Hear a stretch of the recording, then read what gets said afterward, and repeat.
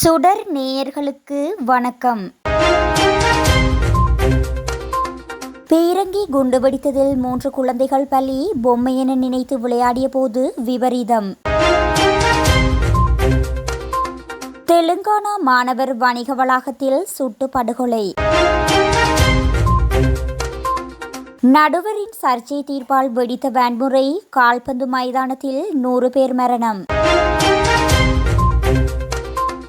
France எல்லையில் பாறையில் மோதி விபத்துக்குள்ளான சுற்றுலா பேருந்து. 3 பேர் பலி.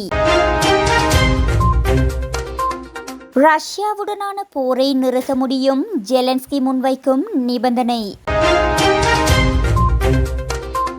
தென்கொரியாவிற்குள் அத்துமீறி நுழைந்த சீன ரஷ்ய ராணுவ விமானங்கள். பங்களாதேஷில் இந்து கோயில்கள் மீது மீண்டும் தாக்குதல்கள். தொடரும் சர்ச்சை. நைஜீரியாவில் படகு விபத்து. 27 பேர் பலி. 100க்கும் அதிகமானோர் மாயம். இனி தொடர்வன விரிவான செய்திகள்.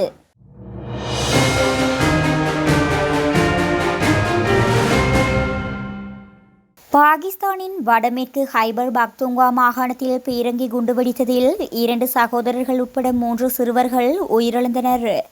இந்த சம்பவம் பன்னுவின் வாசிர் உட்பிரிவின் ஜானிகேல் பகுதியில் நடந்ததாக போலீசார் தெரிவித்துள்ளனர்.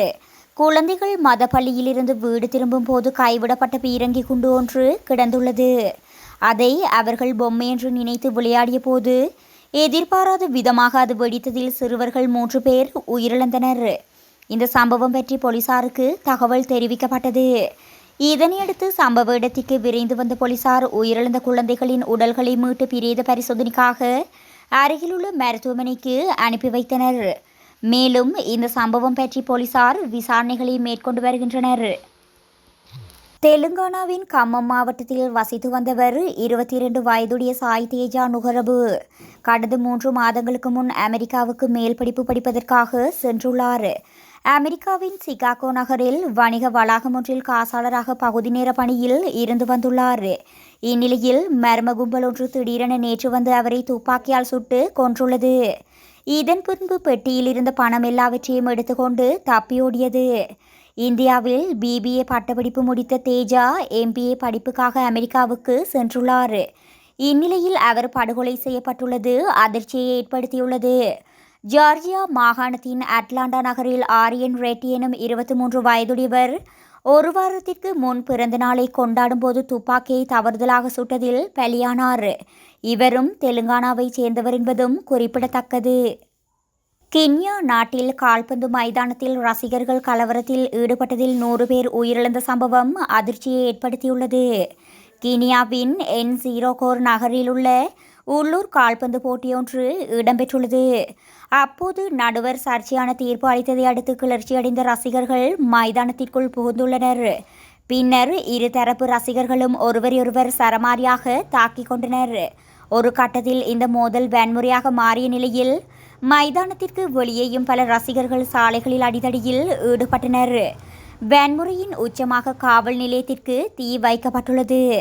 இந்த சம்பவத்தில் சுமார் 100 பேர் கொல்லப்பட்டதாக தகவல் வெளியாகியுள்ளது.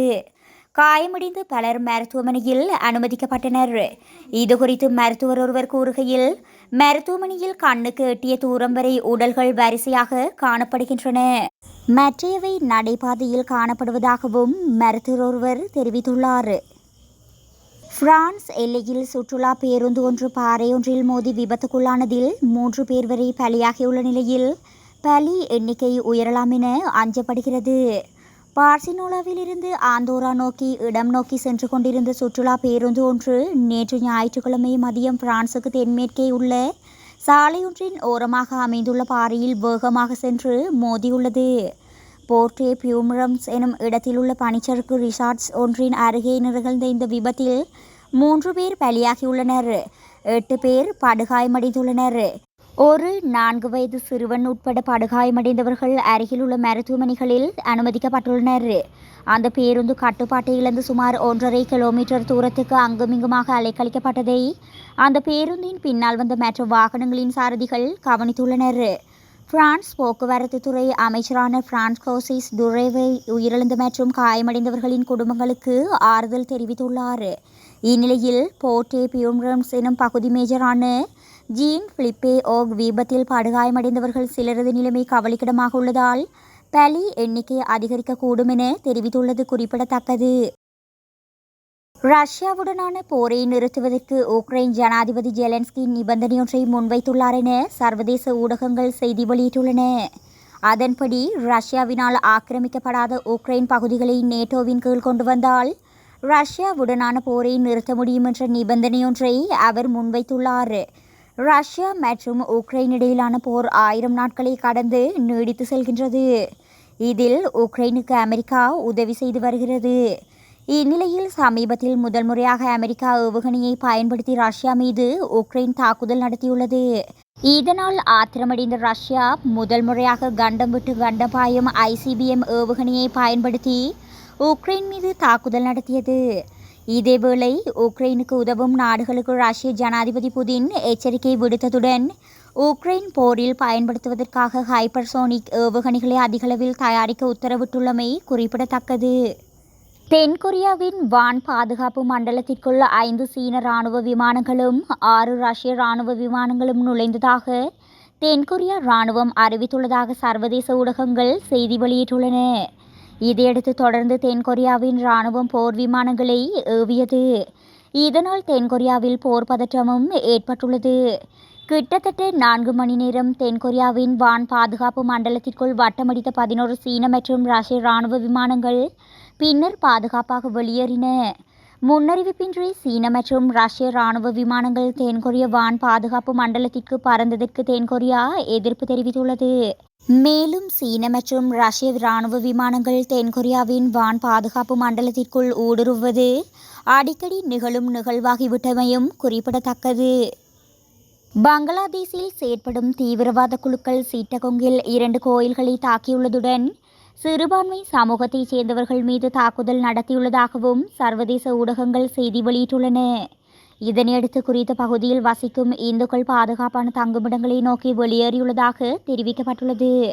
முன்னதாக இன்று பகல் சிட்டகோங்கில் உள்ள கோட்வாலி காவல் நிலையம் அருகே அமைக்கப்பட்டுள்ள சில வியாபார தளங்கள் மீது தாக்குதல் நடத்தப்பட்டுள்ளன. இந்து சமய அமைப்பான இஸ்கானை தடை செய்ய கோரி பேரணி நடந்து கொண்டிருந்த போதே இந்த சம்பவம் இடம்பெற்றுள்ளது. எனினும் இந்த சம்பவத்தின் போது காவல்துறையினரும் இராணுவத்தினரும் எந்த நடவடிக்கைகளையும் எடுக்கவில்லை என்று குற்றம் சுமத்தப்பட்டுள்ளது.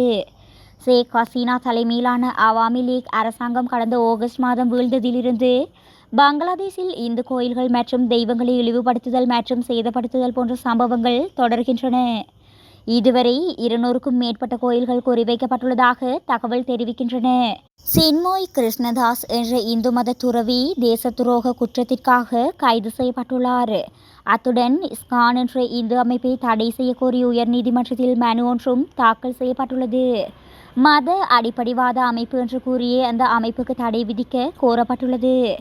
இந்நிலையில் பங்களாதேஷில் இந்துக்கள் மற்றும் பிற சிறுபான்மையினர் மீதான அச்சுறுத்தல்கள் மற்றும் தாக்குதல்களை இந்திய அரசாங்கம் வன்மையாக கண்டித்துள்ளமையும் குறிப்பிடத்தக்கது. நைஜீரியாவில் ஆற்றில் படகு கவிழ்ந்து விபத்துக்குள்ளானதில் 27 பேர் பலியாகினர். 100க்கும் அதிகமானோர் மாயமாகினர். அவர்களை தேடும் பணி தீவிரமாக இடம்பெற்று வருகின்றது. வடக்கு நைஜீரியாவின் நைஜர் ஆற்றில் நேற்று இந்த படகு விபத்து நிகழ்ந்துள்ளது. விபத்துக்கான காரணம் இன்னும் தெரியவரவில்லை. ஆனால் விபத்து நடந்தபோது படகில் 200க்கும் அதிகமானோர் இருந்துள்ளதாக தெரிகிறது.